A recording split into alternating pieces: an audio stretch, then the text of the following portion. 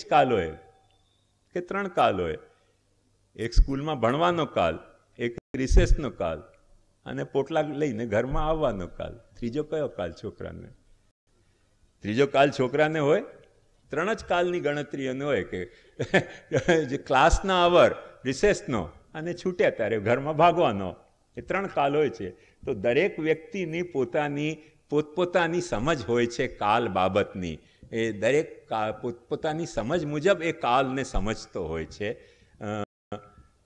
એક બહુ પ્રસિદ્ધ ઉદાહરણ છે અને કાલની સમજને મેળવવા માટે એ બહુ ઉપયોગી ઉદાહરણ છે કે જ્યારે કોલંબસ અમેરિકા જતો હતો સ્પેનથી, ત્યારે પોતાના વહાણમાં કૂકડાઓને લઈ ગયો. એ કૂકડાએ જ્યારે વહાણ ઉત્તર ધ્રુવ તરફ ગયો, એ કૂકડાની એક બાયો ક્લોક હોય છે, એટલે અમુક ટાઈમ પછી કૂકડો બોલે. દરેક આપણામાં ભીતર પણ બાયો ક્લોક હોય છે સાયન્સના હિસાબે, જેને કારણે આપણને ઊંઘ આવે છે, ઓક્સિજન કે કાર્બનનો પ્રમાણ શરીરમાં લેવાનો કે છોડવાનો સાયકલ ચાલતો હોય છે, એને બાયોક્લોક કહેવાય. બાયોક્લોકના ઘણા બધા ફંક્શન્સ છે આપણા શરીરના ભીતર. એમ કૂકડાઓની ભીતર પણ બાયોક્લોક હોય છે. એટલે જ્યારે એના હિસાબે સવાર થયો ત્યારે એણે જોરથી વહાણમાં કૂકડું કૂ કર્યું. કૂકડું કૂ કર્યું, પણ ઉત્તર ધ્રુવમાં 6 મહિનાની રાત ને 6 મહિનાનો દિવસ હોય, એટલે કૂકડું કૂ 5-10 વખત કર્યું પણ સવાર તો થઈ નહીં. પેલા મહાપુરુષની માફક એણે ઘણી વખત કૂકડું કૂ કર્યું કે ભાઈ હવે તો સવાર થાવ, હવે તો સવાર થાવ. સવાર થઈ નહીં એટલે કૂકડો દરિયામાં કૂદીને મરી ગયો. તો કંઈક લોચો થયો લાગે છે. મારી બાયોક્લોક મને કહી રહી છે કે સવાર થવી જોઈએ, હવે કૂકડું કૂ શરૂ કરો. 5-10 વખત બિચારાએ કૂકડું કૂ કરી પણ સવાર ન થાય તો એમ થયું કે કંઈક શું થવાનું જઈ રહ્યું છે, આ તો કંઈક ભલતે ઠેકાણે આપણે જઈ રહ્યા છે. એટલે કૂદીને મરી જ ગયો દરિયામાં. કોલંબસના હિસ્ટ્રીમાં આ વાત આવે છે. એટલે કૂકડાનો કાલ એક અલગ કાલ હોય છે જેમાં એ કૂકડું કૂ કરતો હોય છે. અને પાછું તમે જુઓ, સવાર થયા પછી બહુ વધારે કૂકડું કૂ નથી કરતો. સવાર થવાની હોય ત્યારે વધારે કૂકડું કૂ કરે. રાતના પાછો ચૂપ થઈ જાય, શાંતિથી બેસી જાય. એટલે દરેકના કાલની ગણતરી પોતાની હોય છે, દરેકને કાલની સમજ, અનુભૂતિ પોતપોતાની હોય છે. એમ બ્રહ્મની કાલની અનુભૂતિ એક નોખી છે, બ્રહ્મવિદોની કાલની અનુભૂતિ નોખી છે, ભક્તોની કાલવિદની અનુભૂતિ નોખી છે, કર્મોની કાલની અનુભૂતિ નોખી છે, જ્યોતિષીઓની કાલની ગણતરી નોખી છે, અને આપણા લીડરોની કાલની ગણતરી નોખી છે કે ચૂંટણી ક્યારે આવી ત્યારે દૈન્ય આવી જાય, ચૂંટણી ગયા પછી પાછા રાજા થઈ જાય. નોખી નોખી દરેકની કાલની ગણતરી હોય છે. કાલની ગણતરી પ્રમાણે દરેક માણસ વર્તતો હોય છે. ચેષ્ટા માહુ ચેષ્ટતે યસ્ય વિશ્વમ. એ ચેષ્ટા લીડરોમાં એ ચેષ્ટા તરત પ્રકટ થઈ જતી કે ચૂંટણી આવે ને તરત કેટલો દૈન્ય, કેટલો પ્રજા પ્રત્યે સ્નેહ, વાળ પ્રકટ થઈ જાય. કો તો તમારા ખાસડાએ ઉટાડીને માથા ઉપર મૂકી લે, અને પછી તમને ખાસડા મારવાનું કહો તોય ના મારે કે અમારા ખાસડા ઘસાઈ જશે. અરે આટલો બધો કેમ અહંકાર આવી ગયો? મારવાનું કહી રહ્યા છે, ભાઈ ખાસડા માથા ઉપર મારો તો ના, અમારા ખાસડા ઘસાઈ જાય. માથા તૂટે એની ચિંતા લીડરોને નથી હોતી. નોખી નોખી કાલની ગણતરી હોય છે. દરેક વ્યક્તિને પોતપોતાના કાલની ગણતરી પોતાના અધિકાર મુજબ થાય છે. બ્રહ્મવિદને કાલની અનુભૂતિ, ભાગવતને કાલની અનુભૂતિ એમ થાય છે કે ભગવાન જ્યારે સૃષ્ટિની લીલા કરે છે, એ લીલા માટે ભગવાન સચેષ્ટ થાય તેનું નામ કાલ, અને લીલા માટે ભગવાન નિશ્ચેષ્ટ થાય તેનું નામ પ્રલય. એ આપણા લીલા દૃષ્ટિની એક અનુભૂતિ છે કે બ્રહ્મનું લીલાર્થ સચેષ્ટ થવું તે કાલ છે. ચેષ્ટામાં આ એક લીલા દૃષ્ટિનો સૌંદર્ય છે કે બ્રહ્મ લીલા કરવા માટે સચેષ્ટ થયો, કાલ શરૂ થઈ ગયો. લીલા કરવા માટે નિશ્ચેષ્ટ થયો તો પ્રલય થઈ ગયો. કાલ પણ લીન થઈ જાય છે બ્રહ્મમાં. જેમ ભક્તની ગણતરી છે, સેવકની ગણતરી છે કે સેવાનો અવસર અને સેવાનો અનવસર, એ ભક્તની કાલની ગણતરી છે. એમ લીલાવિદ ભાગવતની ગણતરી એવી છે કે લીલા માટે સચેષ્ટ બ્રહ્મ કાલ છે, અને લીલા માટે નિશ્ચેષ્ટ બ્રહ્મ ફક્ત બ્રહ્મ છે, કાલ નથી. આ આખો એવો અભિગમ પ્રકટ થાય છે. બીજો પ્રશ્ન. એક માયા સંબંધમાં પ્રશ્ન છે.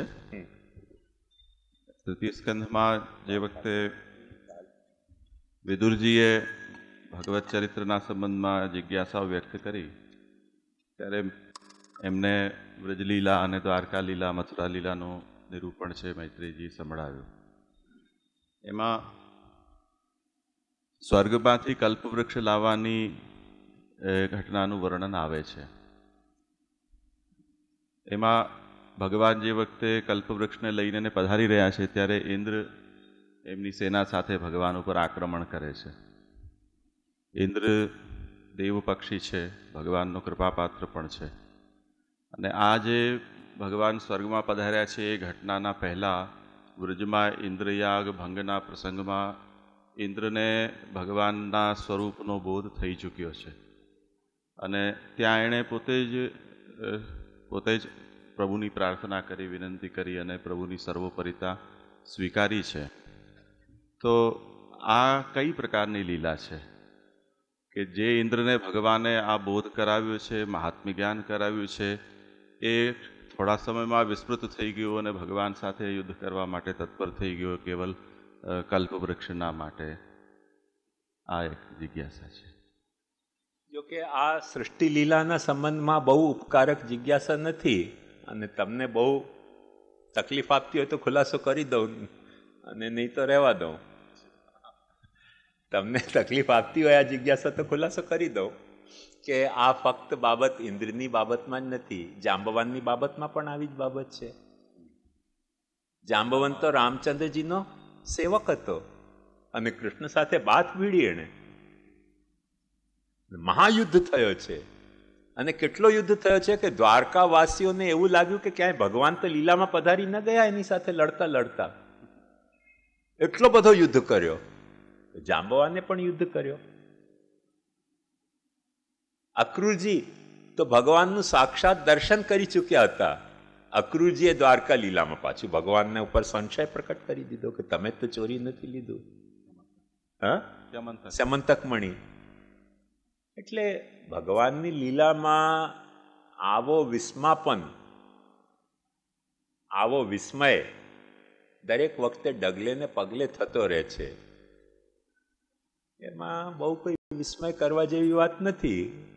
કેમ કે ક્યારે પ્રભુ કોને, ભગવાન પોતે ગીતામાં આજ્ઞા કરે છે, મત્ત સ્મૃતિર જ્ઞાનમ અપોહનંચ. જેને કોઈક વસ્તુ યાદ આવે છે એ મારે કારણે યાદ આવે છે. જે વસ્તુને કોઈક ભૂલી જાય છે એ મારે કારણે કોઈક ભૂલી જાય છે. મત્ત સ્મૃતિર જ્ઞાનમ, જ્ઞાન પણ થાય છે તો મારે કારણે થાય છે. અને જ્ઞાન નથી લાગતો, ભૂલી જવાય છે તો એમાં પણ હું કારણ છું. ભગવાનને જે વખતે જેવી લીલા કરવી હોય તે વખતે તેવું તેના હૃદયમાં જ્ઞાન, વિસ્મરણ, સ્મરણ કે અનુમાન વગેરે થાય છે. એ આખી એક સેટઅપ છે. એમાં બહુ ગંભીર વિચારવા જેવું નથી. હા, હવે બ્રહ્માંડની ઉત્પત્તિ અને બ્રહ્માંડના કારણીભૂત મહત આદિ તત્વો, એનો શું અર્થ છે?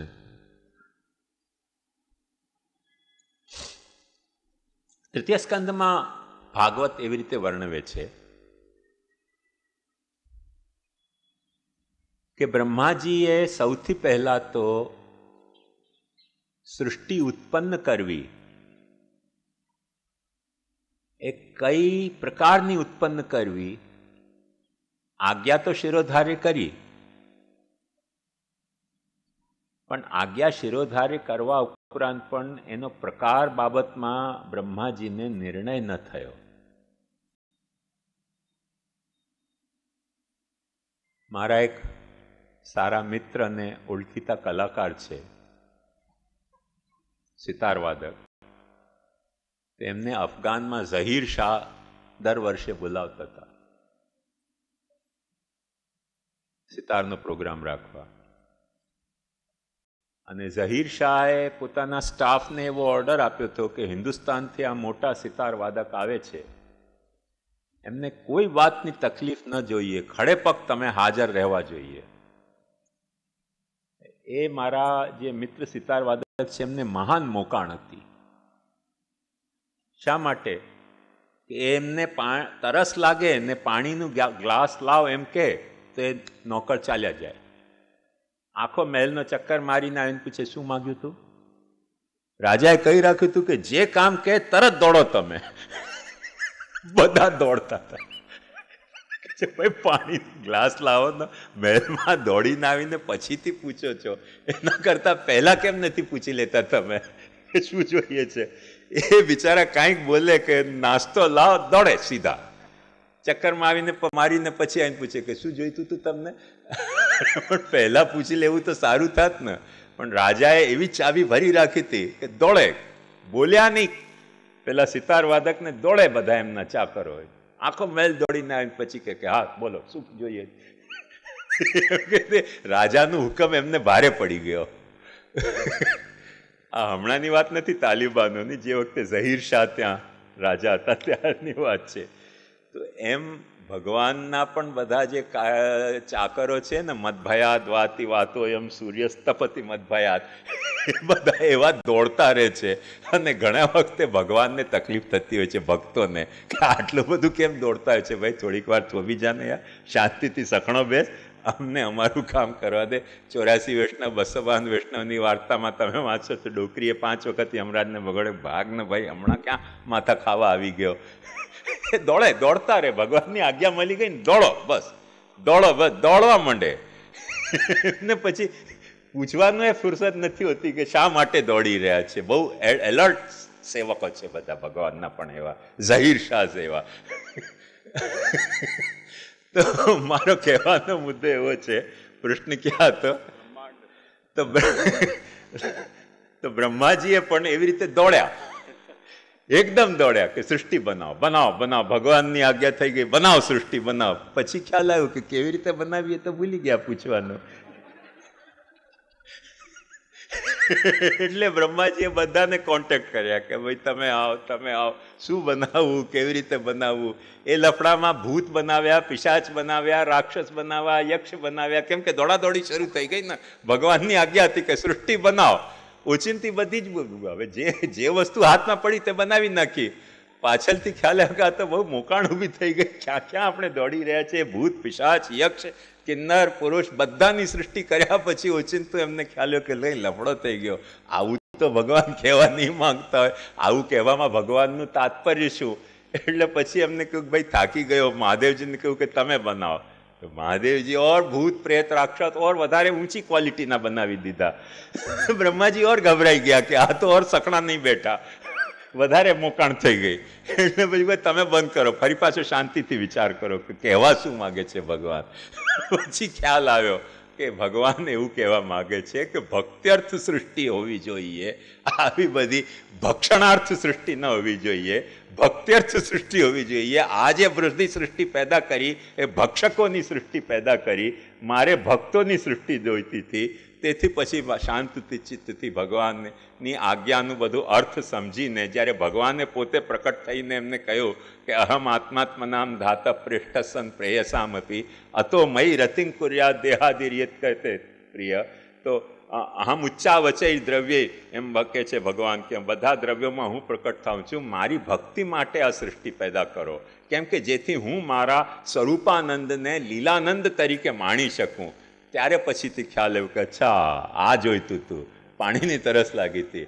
અમને શું ખબર, અમને તો આજ્ઞા થઈ કરો એટલે કરવા માંડ્યા સૃષ્ટિ. મંડ્યા આવે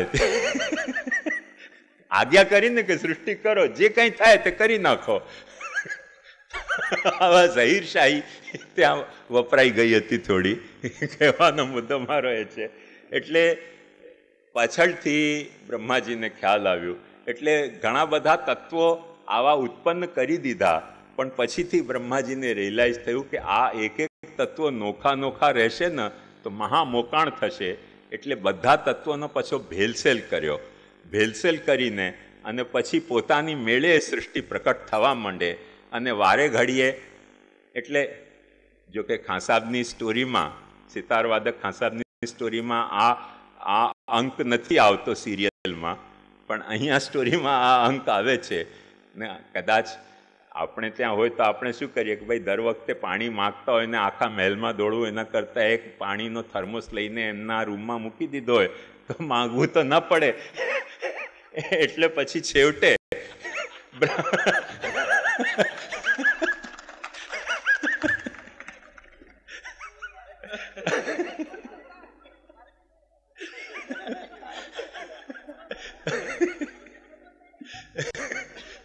તો માગવું ન પડે એટલે પાછળથી થર્મોસ મૂકી દીધો.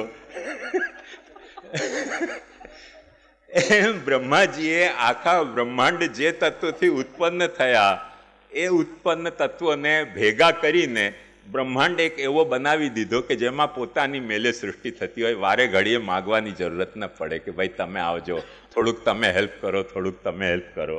એ આખો બ્રહ્માંડના ઘટક તત્વોનો જે સર્ગ અને બીજો જે વિસર્ગ, જેમાંથી બ્રહ્માંડમાં પોતાની મેલે સૃષ્ટિ થવા માંડે તેનો, એટલે સૃષ્ટિના કારણભૂત તત્વોની નિર્મિતિ અને પછી કાર્યભૂત તત્વોની નિર્મિતિ, એમ બે લેવલ છે. કારણભૂત તત્વો બધા એઝ પર ઓર્ડર પેદા કરવાનો પ્રયાસ કર્યો.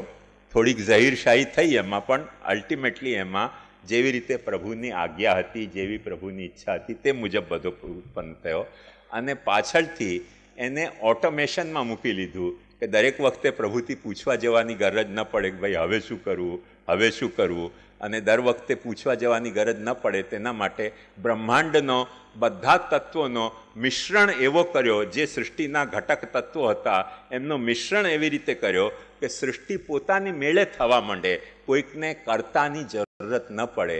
અને કર્તાની જરૂરત ન પડે, ઘાસ પોતાની મેળે ઉગી જાય છે, પૃથ્વી પોતાની મેળે સૂર્યની પરિક્રમા કરે છે.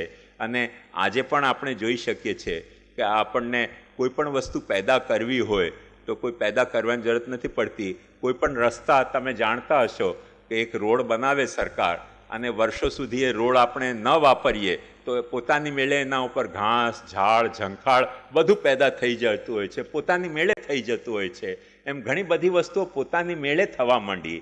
એમાં કર્તાની ડગલે ને પગલે આપણને જરૂરત ન પડે. દરેક વસ્તુ, જેમ પહેલાં પાણી ભરવા જવું પડતું હતું, હવે પોતાની મેળે નલમાં પાણી આવી જાય છે.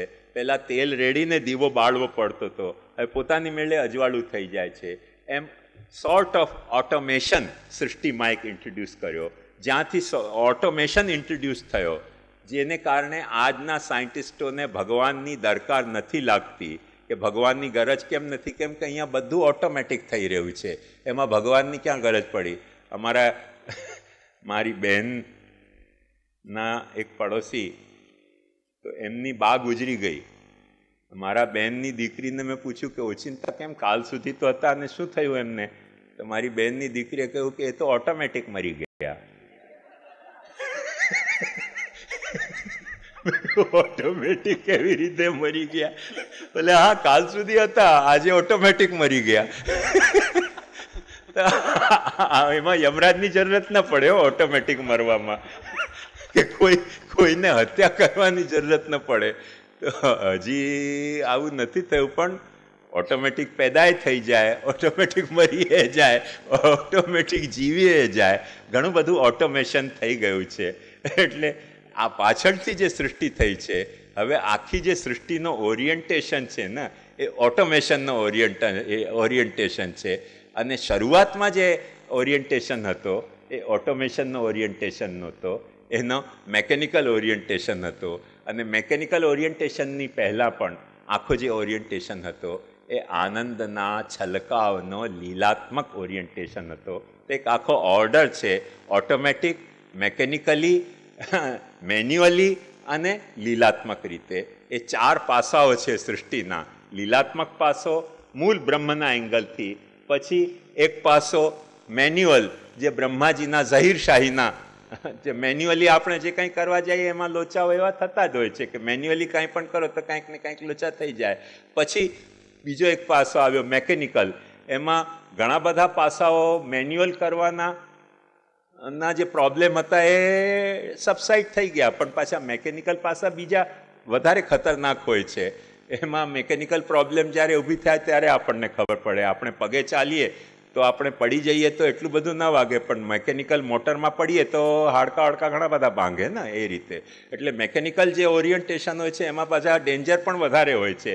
અને પાછળથી પાછો ઓટોમેશન આવ્યો. હમણાં ઘણી બધી કારોમાં ઓટોમેટિક ગિયર આવી રહ્યા છે, ધીમે ધીમે ઓટોમેટિક સ્ટિયરિંગ આવી રહી છે, ગૂગલ સિસ્ટમના કારણે ઓટોમેટિક ડ્રાઇવિંગ આવશે. ધીમે ધીમે ખાલી એટલું આવી જશે કે તમે કારમાં બેસો અને ઈચ્છા કરો કે મારે ગોંડલથી જુનાગઢ જવું છે, કાર તમને ગોંડલથી જુનાગઢ પહોંચાડી દેશે. એવી કાર પણ ઓટોમેટિક બની રહી છે. એટલે આખી આ સૃષ્ટિનો જે આખો વિકાસની રેખા છે એ લીલાત્મકથી મેન્યુઅલ, મેન્યુઅલથી મેકેનિકલ, મેકેનિકલથી ઓટોમેશન અને છેલ્લે તો આખો એક ઓર્ડર છે સૃષ્ટિના ઉત્પત્તિ સ્થિતિ લયનો. એ આખો ઓર્ડર આમાં પ્રકટ થયો છે.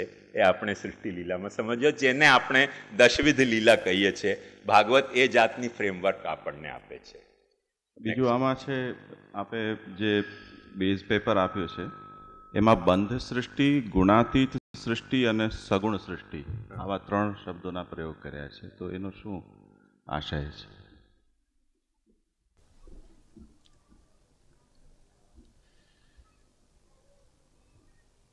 એટલે બંધ સૃષ્ટિ એટલે જે બંધના માટે સૃષ્ટિ હોય અથવા બધોની જે સૃષ્ટિ હોય. ગુણાતીત મેં તમને કહ્યું કે બંધનો ઓપોઝિટ વર્ડ છે ગુણ. ગુણ જે બંધનો છે અને ગુણાતીત એ બંધનો ઓપોઝિટ વર્ડ છે. તો ગુણાતીત એટલે સૃષ્ટિમાં પણ, ભગવાનની સૃષ્ટિમાં પણ દરેક સૃષ્ટિ સર્જ્યમાન પદાર્થ બંધનમાં બંધાશે જ એવું નિશ્ચિત નથી. અહીંયા એવો પણ પ્રકાર છે. એટલે એક સામાન્ય દાખલો કહું તો તમને સમજમાં આવશે. વનેતુ સાત્વિકો વાસો તામસમ દ્યુત સદનમ, પછી કંઈક રાજસ છે, અને મનનિષ્ઠમ નિર્ગુણમ સ્મૃતમ. તો વનમાં તમે રહો છો તો એ સાત્વિક નિવાસ છે. જુગારખાનાને શું કહેવાય ગુજરાતીમાં? જુગારનો જે અડ્ડો છે તેમાં તમે જો રહેતા હો તો તામસ છે, કોઈક રાજસ છે એના કમ્પેરિઝનમાં. પણ જે ભગવાનમાં રહે છે તે નિર્ગુણમાં રહે છે, સૃષ્ટિમાં પણ તે ગુણાતીત થઈ જાય છે. કર્મની બાબતમાં પણ ચોખ્ખું અહીંયા જ તૃતીય સ્કંદમાં એમ આવે છે કે કર્મ નિર્હારમ ઉદ્દિશ્ય પરસ્મિન વા તદર્પણમ યજેદ યસ્તવ્યમિતિ વા તત્ સાત્વિકમ ઉદાહૃતમ. તો ત્યાં પાછો મહાપ્રભુજી ખુલાસો કર્યો છે, આપણને તો ખબર પડે નહીં જલ્દીથી. અરે આમાં મતલબ શું છે કે કોઈ પણ કર્મ જ્યારે આપણે એમ સમજીને કરીએ છીએ કે આ કર્મનો જિમ્મેદારી મારી છે, તે મારે પૂરી કરવી છે, બીજો કોઈ કામનાનો હેતુ એમાં નથી, તો એ સાત્વિક થઈ ગયો. પરસ્મિન વા તદર્પણમ, તમે એમ સમજો છો કે મને કર્મ એટલા માટે કરવો છે કે અંતે મારે મારા કર્મને ભગવાનને અર્પિત કરવા છે, તો એ રાજસ થઈ ગયો. અને ભગવાને આજ્ઞા કરી છે એટલે થાય કે ન થાય કરવી જ પડશે, તો એ કર્મનિર્હાર કદાચ તામસ હશે. મને આમાં સુબોધની યાદ નથી આવી રહી બરાબર, પણ આવી રીતે સાત્વિક રાજસ તામસ કહીને અને પછી ભગવાન આજ્ઞા કરે છે મનનિષ્ઠમ નિર્ગુણમ સ્મૃતમ.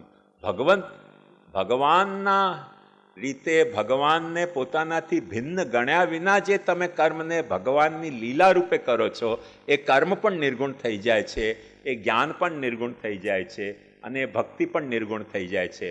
અને ભક્તિ પણ જ્યારે તમે કોઈકની કોઈ કામનાની પૂર્તિ માટે કરો છો, કોઈકને નીચું દેખાડવા માટે કરો છો, કાંઈક યશ કે ધન મેળવવા માટે કરો છો, તો ભક્તિ પણ તામસી થઈ જતી હોય છે. જે ભક્ત્યર્થ સૃષ્ટિ છે એ સૃષ્ટિમાં પાછી ભક્તિમાં પણ પાછા સાત્વિક રાજસ તામસ એવા ભેદ થઈ શકે છે. એ તો એ સાત્વિક રાજસ તામસ અને નિર્ગુણના પ્રભેદ ભક્તિમાં છે, જ્ઞાનમાં છે, કર્મમાં છે, વિચારમાં છે, વ્યવહારમાં છે, વાણીમાં છે, યોનિમાં છે, ધર્મમાં છે, દેવતાઓમાં છે, ક્યાં નથી? કેમ કે આ આખો ગુણાત્મક વિસ્તાર છે સૃષ્ટિનો, પ્રાકૃત ગુણોનો વિસ્તાર છે, તો તેમાં બધા જ ગુણો સર્વત્ર અવેલેબલ છે. તેને કારણે આ આખો ભેદ આવ્યો છે. જે બંધ સૃષ્ટિ, ગુણાતીત સૃષ્ટિ અને બંધ સૃષ્ટિ જે હશે કાં તો સાત્વિક હશે, કાં તો રાજસ હશે, કાં તો તામસ હશે. અને ગુણાતીત હશે એ સૃષ્ટિમાં હોવા ઉપરાંત પણ એવા પણ ફેસિલિટી અવેલેબલ રાખી છે, જે મેં કાલે તમને ઉદાહરણ રૂપે આપ્યો હતો કે ભૂચર હોવા છતાં પણ કેટલાક પાણીમાં ઘૂસી જતા હોય છે, જલચર હોવા છતાં પણ કેટલાક ભૂતલ ઉપર આવી જતા હોય છે, નભચર હોવા છતાં કેટલાક પાણીમાં તરતા હોય છે, નભચર હોવા છતાં પણ કેટલાક પક્ષીઓ, ખાસ કરીને મોર જેવા, ઉડવાનું પસંદ નથી કરતા પણ ભૂમિ ઉપર વિચરવાનું પસંદ કરે. શાહમૃગ મોર જેવા પક્ષીઓ, જો કે પંખવાલા હોય છે. આ મને લાગે છે આ તીતર પણ એવો જ પક્ષી છે, એ મુર્ગો પણ એવો જ પક્ષી, કુકડો પણ એવો જ પક્ષી છે કે એને પક્ષી છે પણ ઉડવાનું એને બહુ ગમતું નથી. જમીન ઉપર ફરવાનું પશુઓની માફક ગમે. એટલે બધી વેરાયટીઓ પક્ષીઓમાં છે, બધી વેરાયટીઓ પશુઓમાં છે, બધી વેરાયટીઓ જલચરમાં છે. એવી જાતની દરેક વેરાયટી દરેક ઠેકાણે પ્રભુએ અવેલેબલ કરી છે. કેમ કે પ્રકૃતિથી પ્રભુએ જ્યારે સૃષ્ટિનું નિર્માણ કર્યું તો તેમાં બંધ જ એવી રીતે મૂક્યું છે, પણ ફક્ત પ્રકૃતિથી નથી કર્યું, વચ્ચે પુરુષ પણ તો એમાં ઉમેર્યો છે ને. પુરુષનો પણ ખીચડો ઉમેર્યો છે. પુરુષ પોતે નિર્ગુણ છે. પુરુષ નિર્ગુણ હોવાથી પુરુષ જ્યાં જ્યાં બોલશે ત્યાં પાછી નિર્ગુણતા પ્રકટ થશે. કેમ કે પુરુષ નિર્ગુણ છે, પુરુષો અક્ષરનિષ્ઠ હોવાને કારણે નિર્ગુણ છે. તેથી પુરુષનો એમાં ઉમેરો છે. આ ખીચડીની માફક છે કે ફક્ત દાલ જ બોલશે એવું નહીં, ચાવલે બોલશે. ફક્ત દાલ અને ચાવલ બોલશે એવું નહીં, થોડી હિંગ હળદર પણ બોલશે, થોડું પાણી એ બોલશે. બધી જ વસ્તુ જે સૃષ્ટિથી નિર્માણમાં જે તત્વોને વાપર્યા છે તે બધાનો સ્વાદ. તમારે ત્યાં શું થાય પેલું ઊંધિયું, એમાં રીંગણાએ હોય, બટાટાએ હોય ને ઘણું બધું હોય છે ને. એ બધી જ વસ્તુઓ બોલે. એમાં એક શાક બનાવો અને ઊંધિયામાં બધું જ હોય. એવી રીતે આ સૃષ્ટિ જે છે ને બ્રહ્માંડનું ઊંધિયું છે, તેમાં સાત્વિક, રાજસ, તામસ બધા જ સ્વાદો બોલી રહ્યા છે. નિર્ગુણ સ્વાદ પણ બોલી રહ્યો છે બ્રહ્મનો. એમાં ક્યાં આપણને કયો સ્વાદ મળે છે એ તો હવે આપણા ટેસ્ટ ઉપર નિર્ભર કરે. તમને ધારો કે ઊંધિયામાં બટાટા મળે અને રીંગણો ન મળે તો તમે દુઃખી થઈ જાઓ. તમને રીંગણા ગમતા હોય ને રીંગણો ન ગમતો હોય ને બટાટા ગમતા હોય તો આ હા જીભ ઉપર સ્વાદ આવી જાય, આવી ગયો બટાટા જીભ ઉપર. એવું છે. તો જેને જે ગમે છે અધિકારી પાંખે એવાની નહીં કોને ઉચ્ચાર. જેનો અધિકારી જે જા રસ કે અધિકારી ભરત સમારે ન છલકે. આખો એ પ્રક્રમ છે સૃષ્ટિનો. એક જુનાગઢનો જ પ્રશ્ન છે કે સર્ગ એ વન ટાઈમ ઇવેન્ટ છે કે continuous process? Continuous circular event છે, સ્ટ્રેટ લાઇનની ઇવેન્ટ નથી. 10મા અધ્યાયમાં પ્રાકૃત અને વૈકૃત બે પ્રકારના સર્ગ અહીંયા બતાવ્યા છે. પ્રાકૃત સર્ગ એટલે પ્રકૃતિથી ઉત્પન્ન થયેલો જે સર્ગ તે પ્રાકૃત સર્ગ, અને પ્રકૃતિમાંથી જે વિકૃત એટલે ગુજરાતીના અર્થમાં વિકૃત નહીં, વિકૃતનો મતલબ કાર્ય, પ્રકૃતિનો મતલબ કારણ. તો કારણનું સર્ગ અને કાર્યનું સર્ગ. એટલે એમાં જે ગણના થઈ છે એમાં મહત્તત્વ, અહંકાર, તન્માત્રા, ઇન્દ્રિયોના અધિષ્ઠાતા દેવતા અને મન અને અવિદ્યા, જેની અંદર તામિશ્ર, અંધ તામિશ્ર, તમ, મોહ અને મહામોહ, આટલાને પ્રાકૃત કહ્યા છે. અને વૈકૃતમાં વનસ્પતિ એટલે સ્થાવર, તિર્યક, મનુષ્ય અને દેવ સર્ગ, આને વૈકૃત કહ્યા છે. એક્ઝેક્ટ. તો કાર્યભૂત સર્ગ છે, કાર્યભૂત છે, કારણભૂત સર્ગ નથી. બરોબર. ઓટોમેશનના લેવલ ઉપર આવી ગયું.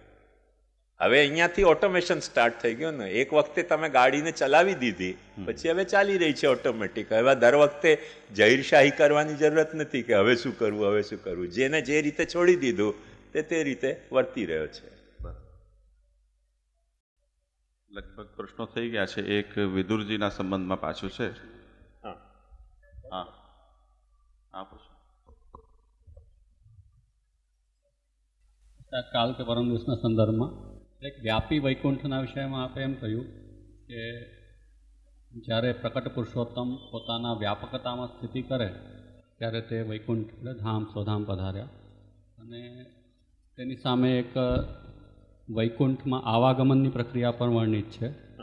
તો એ બંનેને કેવી રીતે સમન્વિત કરવી? જેમ પૃથ્વી પણ ગાય બનીને ગઈ છે અને એવા જે પણ પ્રસંગો છે, બંનેનો સમન્વય.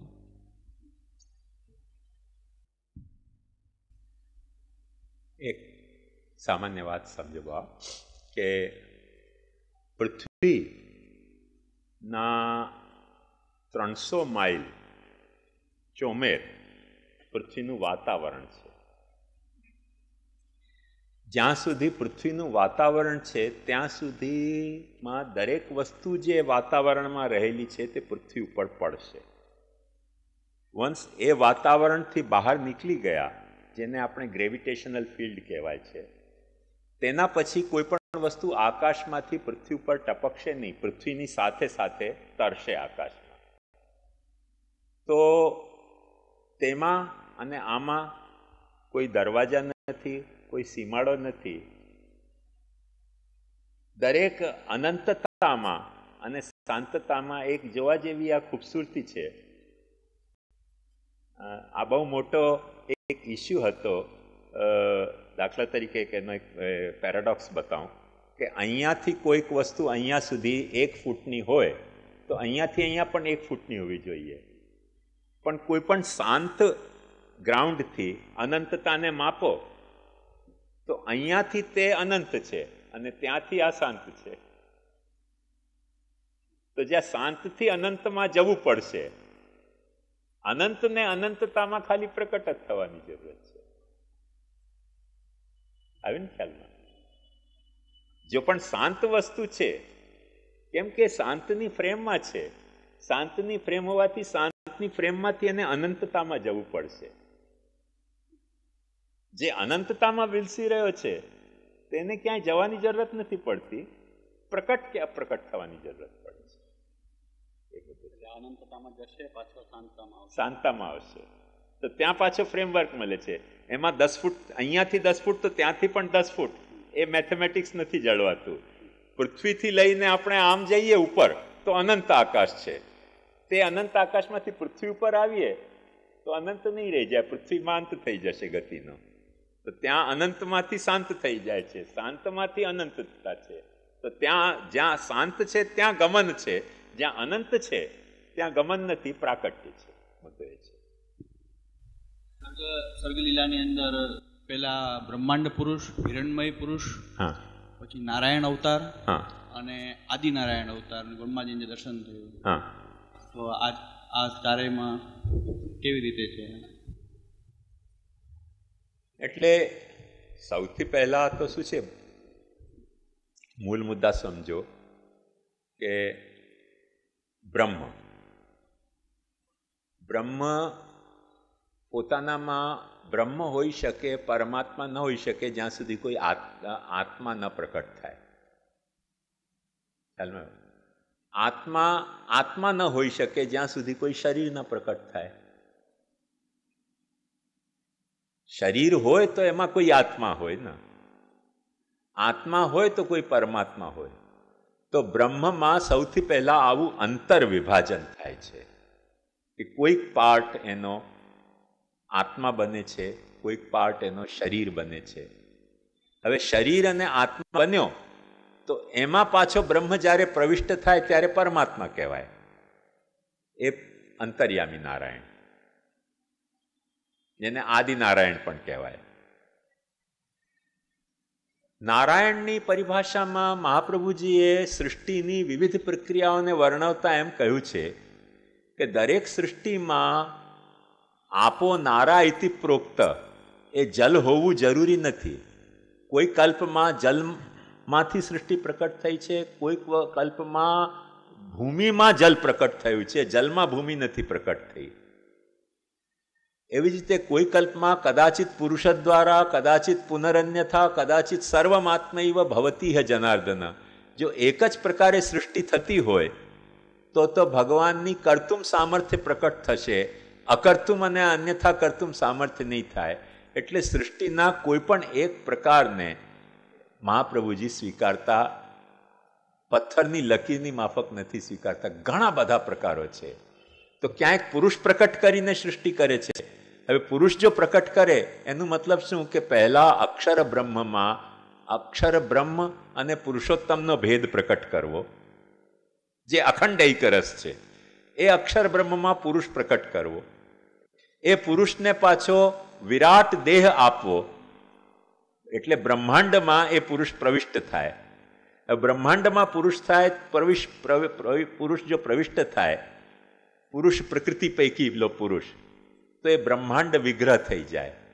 એ ભગવાનનો પહેલો અવતાર. હવે કોઈ પણ પહેલો પાછો પહેલો એબ્સોલ્યુટ સેન્સમાં પહેલો નથી હોતો.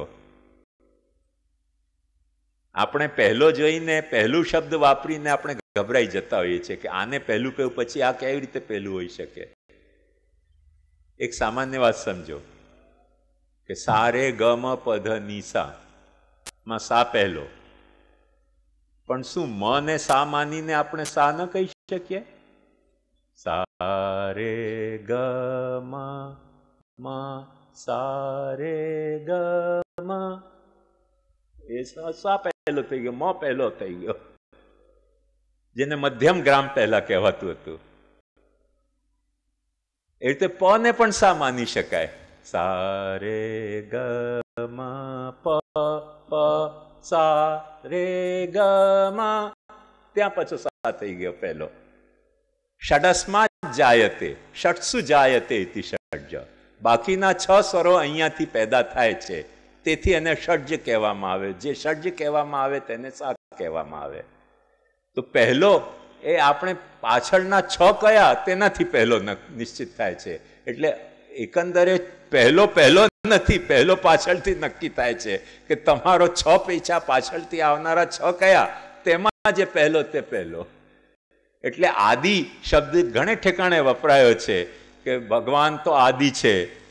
પછી પાછા બ્રહ્માજીને સ્વયંભૂ કહે છે. સ્વયંભૂનો મતલબ શું? કે જે બ્રહ્મથી પેદા ન થયો, પોતે પેદા થયો, મતલબ આદિ. એ પાછો આદિ થઈ ગયો.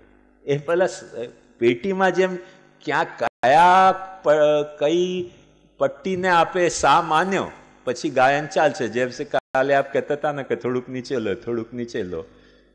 અમે હૈદરાબાદના મોટા સિતાર વાદક હતા, તો એમના સ્ટોરીમાં હૈદરાબાદ નવાબ સાથે એ સિતાર વગાડી રહ્યા હતા, તો એમના ઉસ્તાદ પણ બેઠા હતા. તો એમણે કહ્યું કે આ જે તમે ગંધાર લઈ રહ્યા છો ને એ ખોટો ગંધાર છે, આ રાગમાં આવો ગંધાર ન લાગે. તેણે કહ્યું ઉસ્તાદ કેવી રીતે કરવું? કે થોડા નીચે લો તારો. એણે થોડીક પટ્ટી ખસકાવી. સિતારની પટ્ટીઓ પડદાઓ ખસકતા હોય છે, એણે ઓર ખસેડ્યો પટ્ટીને. એ ઉસ્તાદને ગમે નહીં કે ઓર ખસેડો. તો એણે કહ્યું કે ઓર ખસેડ્યો. એણે હજી સંતોષ ન થયો કે આ બરાબર ગંધાર લાગી નથી રહ્યો. ત્રીજી વખત કહ્યું તો પેલા જે શાગિર્દ હતો એણે કહ્યું કે ઉસ્તાદ અબ તો રે આ જાયગા. તો બોલે રે કો और पीछे खसेड़ो और फिर गंध को नीचे लो. रे आ जाएगा तो चिंता की बात क्या, रे को भी पीछे खिसकाओ और ग को वहां पहुंचाओ. જ્યારે પટ્ટીઓ સરકતી હોય સિતારમાં પડદાઓ, તે વખતે કોઈને ક્યાંયથી પણ સારે ગમ આદિ અને મધ્યને થઈ શકે છે. એકચ્યુઅલી એક વાત બતાવું ખૂબસૂરત કે પ ને પ કેમ કહેવાય છે? કેમ કે પાંચમો સુર છે. સા રે ગ મ પ. એ પ નો શોર્ટ ફોર્મ, પંચમનો શોર્ટ ફોર્મ પ થઈ ગયો. ની આપણે કહીએ છીએ. ની શા માટે કહેવાય? નિષીદતી અસ્મિન. જે સ થી શરૂ થયો આરોહણ, એ જ્યાં સ્ટોપ થાય ટર્મિનલ, તેનું નામ ની. નિષીદતી ની. હવે ટર્મિનલ ક્યાં કોઈ ટર્મિનલ નથી. કોઈ ઉસ્તાદ મળી જાય હૈદરાબાદી કે છે છડો ઓર ખસેડો ઓર આગળ વધો, ભલે ના આવે સા આવી જશે, ભલે સાને પાછો ખસેડ ને પાછો ની લે, ત્યાંથી ખસેડી શકાય. સિતારમાં એ ફેસિલિટી અવેલેબલ છે. કેટલું ખસેડવું, આપણે જ્યાંથી ખસેડવાનું શરૂ કરશું, જે સ્વર આપણને જોઈતો હોય તે આપણે કાઢી શકીએ. એટલે આમાં આદિમાંથી કોઈ ગભરાવાની જરૂરત નથી. કોઈ પણ આદિ થઈ શકે છે, કોઈ પણ મધ્ય થઈ શકે છે, કોઈ પણ અંત થઈ શકે છે. એટલે જ સૃષ્ટિના પ્રકરણની લીલામાં જ અહીંયા કહ્યું છે કે જીવની ઉત્પત્તિ એ ઉત્પત્તિ નથી, નાશ છે.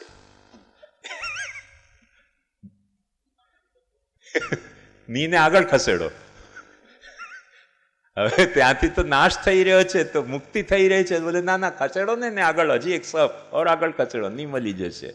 તો આપણે ઉત્પત્તિ સ્થિતિ, ક્યાં ઉત્પત્તિ છે, ક્યાં સ્થિતિ છે, ને ક્યાં નિષાદ છે, ક્યાં ષડ્જ છે, ક્યાં પંચમ છે, ને ક્યાં નિષાદ છે, એ આપણે ક્યાં નિષાદને ટર્મિનલ કરવા માગે છે. એનો સામાન્યતા જે લોકો ગાયન શીખતા હોય ને, એમાં એક ટેકનિક એવી હોય છે કે તમને કે અચ્છા અવાજ ચઢાવતા જાઓ. ક્યાં સુધી જાય છે અવાજ?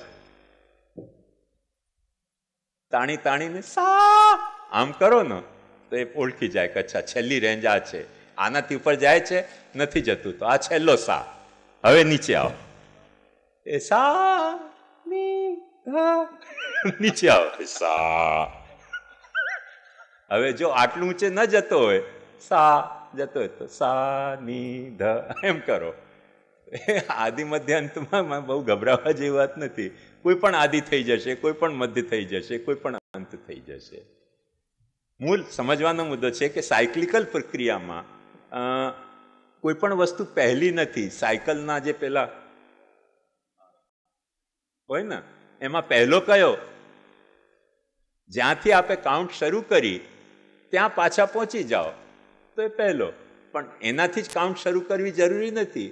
એના આગળવાળા તાર નથી પણ કાઉન્ટ શરૂ કરીને ત્યાં પહોંચી શકો તો બીજો જે છે તે પહેલો થઈ જશે પાછો. એમ દરેક આદિ છે, દરેક અંત છે, દરેક મધ્ય છે.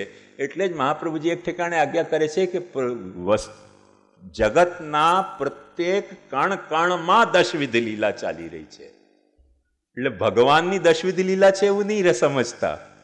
આ માઇકમાં સર્ગ વિસર્ગ સ્થાન પોષણ ઉતિ મન્વંતર ઈશાનું કથા નિરોધ મુક્તિ આશ્રય લીલા ચાલી રહી છે એવો મહાપ્રભુજીનો વિચાર છે. આમાં ભગવાનની દશવિધ લીલા છે એવું નહીં. અને એનું મહાપ્રભુજી કારણ શું કહે છે કે જો આમાં દશવિધ લીલા ન ચાલતી હોય તો આ બ્રહ્માત્મક નથી. સર્વં ખલુ ઇદમ બ્રહ્મ એ શ્રુતિના ન્યાય આ બ્રહ્માત્મક તો છે ને. અને બ્રહ્મ જો દશવિધ લીલા કરતો હોય તો પુરુષોત્તમ બાવામાં દશવિધ લીલા ચાલી રહી છે, શ્યામુ બાવામાં દશવિધ લીલા ચાલી છે, માઇકમાં દશવિધ લીલા ચાલી છે, ટેબલમાં ચાલી રહી છે, ખુરશીમાં ચાલી રહી છે. હવે આદિ શું ને મધ્ય શું ને અંત શું? બસ હૈદરાબાદી ઉસ્તાદનો કે જો ન મળતો હોય તમને સા તો ખસેડો ને, નિષાદને પાછળ ખસેડો ને પાછો સા મળી જશે. આપણે આપણી રેન્જ જોઈ લેવાની છે. પહેલે તો અપને દિલ કી રઝા માન જાઈએ, ફિર જો નિગાહે યાર કહે માન જાઈએ. તમારું ગળો ક્યાં સુધી પહોંચે છે એ તમે જોઈ લો, પછી ત્યાંથી સા ડિસાઇડ કરીને નીચે ઉતરી આવો તો તમને તમારા ગાવાની રેન્જ મળી જાય. નહીં તો શું છે કે ઓચિંતો અહીંયા ગાવાની રેન્જ તમે સા માની અને પછી કોઈ ચડતા ચડતા સુર ઉપર ગયો પછી અવાજ ફાટે. એટલે શીખવનારાઓ શું કરે કે સૌથી પહેલા આપણને એમ કે તમે ઊંચામાં ઊંચી અવાજ લઈને કાઢીને દેખાડો ક્યાં સુધી જાય છે અવાજ. જે જતી હોય છે છેલ્લી અવાજ નિષાદની એનાથી પછી નીચે ઉતરો પછી સા મળશે. અને કહેવા માટે એમ કહેવાય છે કે સા પહેલો, પણ એકચ્યુઅલી સા પહેલો નથી. છેલ્લો જે નિષાદ છે ને ટર્મિનલ તેનાથી નીચે ઉતરો તો સાપ સાચો. અહીંયાથી શરૂ કરી શકાય પણ પેલો નિષાદ ઉપર જતો ન હોય તો શું કરવું? પછી અવાજ ફાટે ને. એટલે કોઈ પણ આદિ, કોઈ પણ મધ્ય, કોઈ પણ અંત હકીકતમાં આદિ મધ્ય અંત નથી. રિલેશનમાં આદિ મધ્ય અંત છે. મારો કહેવાનો મુદ્દો એ છે. એટલે નારાયણ હોય કે આદિવરાહ હોય કે વિરાટ હોય એ દરેકના માટે એટલે ગીતામાં જ કહે છે પ્રકૃતિમ પુરુષં ચૈવ વિદ્ય અનાદિ ઉભાવ અપી. અનાદિ ક્યાં છે? પ્રકૃતિ પુરુષ તો ઉત્પન્ન થયા છે. કોના અર્થમાં અનાદિ છે? વૈકૃત સૃષ્ટિના અર્થમાં એમનો આદિ નથી, તે અર્થમાં એ અનાદિ છે. બ્રાહ્મિક સર્ગમાં એ આદિ નથી, અનાદિ નથી, સાદી છે. પ્રકૃતિ પણ સાદી છે અને પુરુષ પણ સાદી છે. એટલે જળની પણ મુક્તિ મહાપ્રભુજી સ્વીકારે છે. ત્યાં સુધી જીવની જ મુક્તિ થાય છે એવું નહીં. અહીંયા સૃષ્ટિ લીલામાં મહાપ્રભુજી એક બહુ સુંદર વાત કહી છે કે જળની કેવી રીતે મુક્તિ હોય? જળ તો બંધાતો જ નથી. મહાપ્રભુજી કહે છે કે ના ના જળે બંધાય છે. તો બોલે જળ કેવી રીતે બંધાય? કે તમે આને પોતાનું માન્યું ને કે આ મારું ટેબલ, બિચારો જળ ટેબલને કાંઈ તમારાથી લેવા દેવા નથી પણ તમારી સાથે બંધાઈ ગયો. હવે કોઈ પણ એને કાંઈ પણ કરે તો તમે ઝઘડા કરવા આવશો કે મારા ટેબલ તમે તોડી કેમ નાખ્યો? મેરી ભેંસ કો ડંડા ક્यों મારા? તેરે બાપ કા इसने क्या खाया? અરે ભાઈ ભેંસ તારી કેવી રીતે થઈ? તું માણસ. ભેંસમાં પણ આપણને મમતા થઈ જાય ને. હવે ભેંસને આપણામાં મમતા ન પણ હોય પણ આપણને ભેંસમાં મમતા થઈ જાય કે મેરી ભેંસ કો ડંડા ક્यों મારા? તો એ જળને પણ બંધન થઈ જતું હોય છે, કાંઈ લેવા દેવાના નથી એને.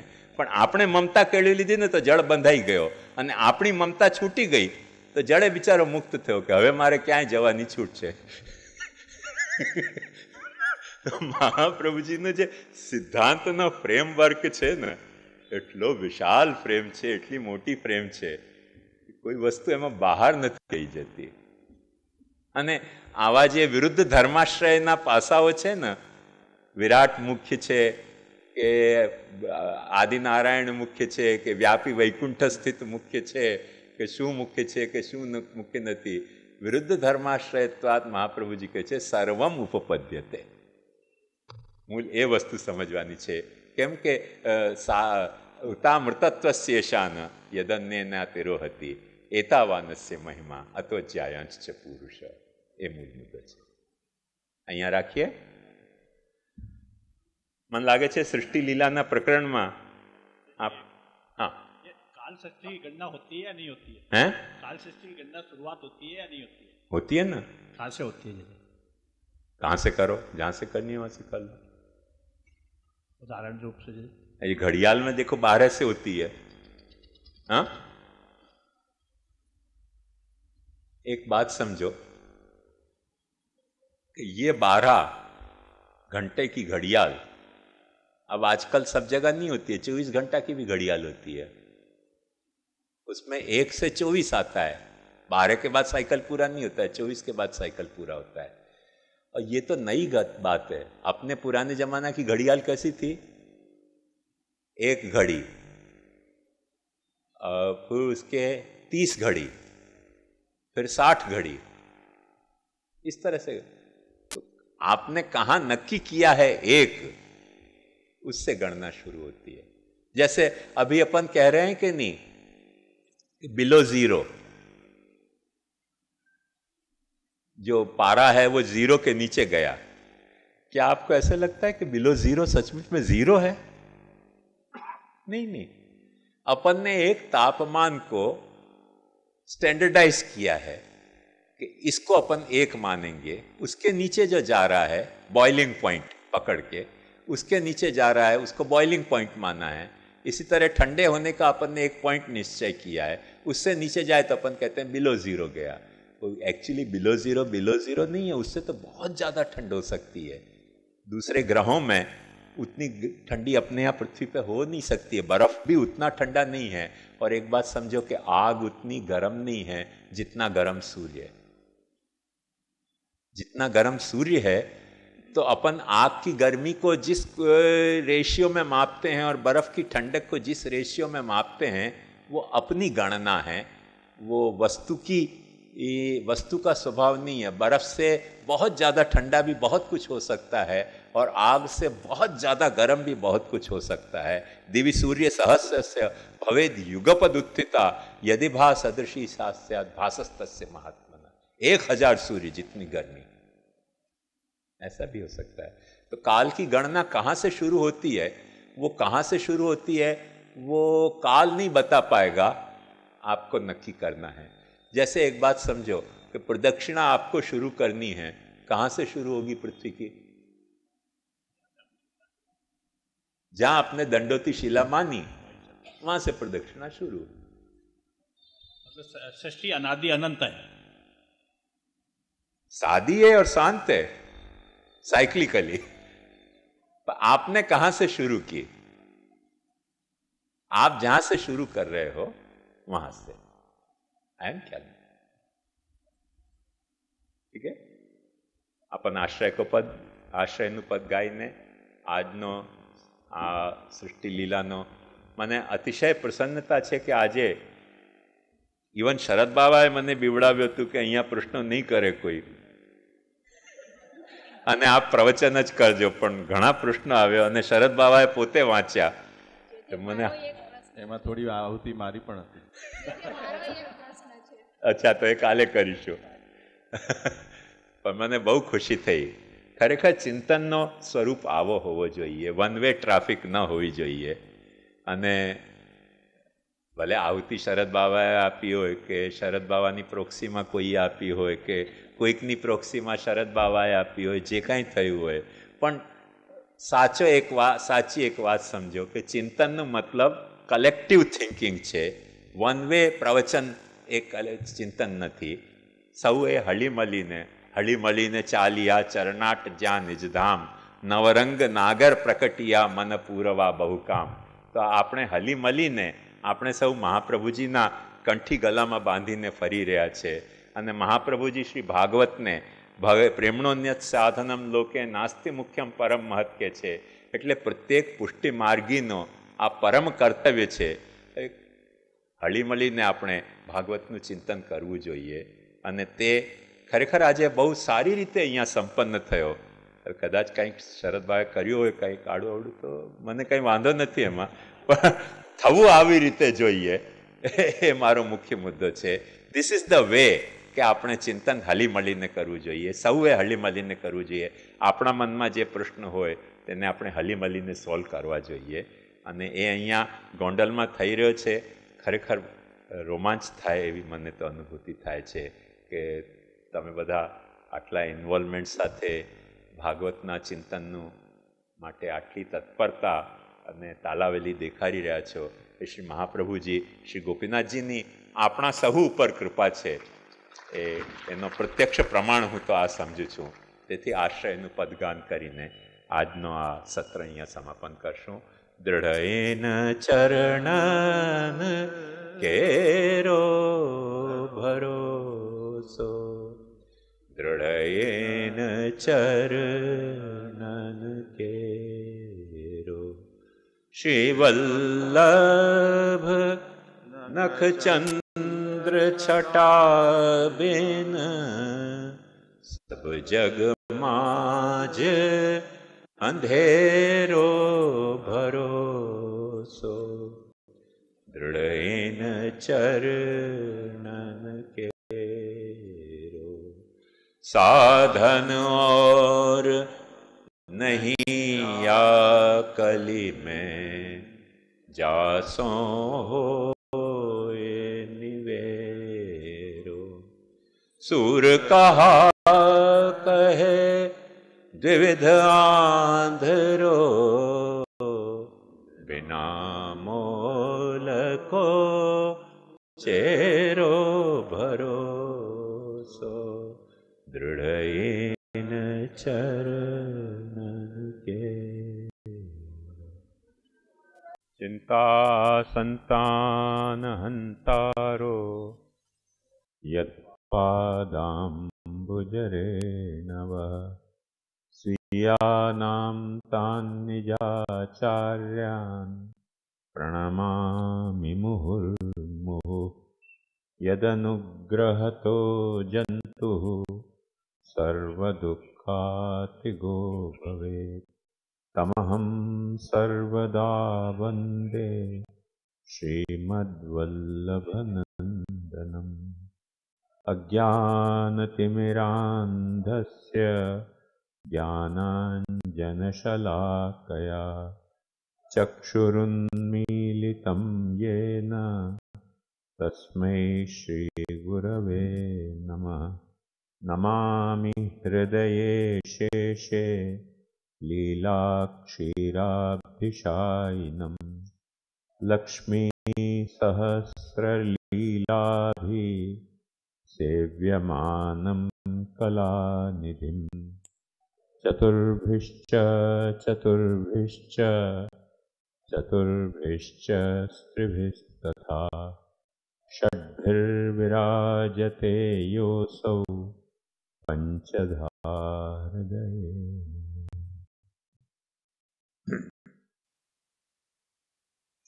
શ્રી ગોપીનાથજીના પંચશતાબ્દી મહોત્સવના ઉપલક્ષમાં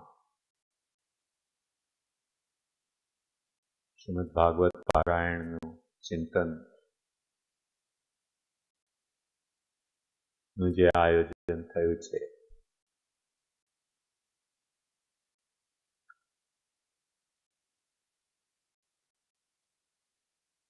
એમાં તૃતીય સ્કંદનું ચિંતન જે સર્ગ લીલા છે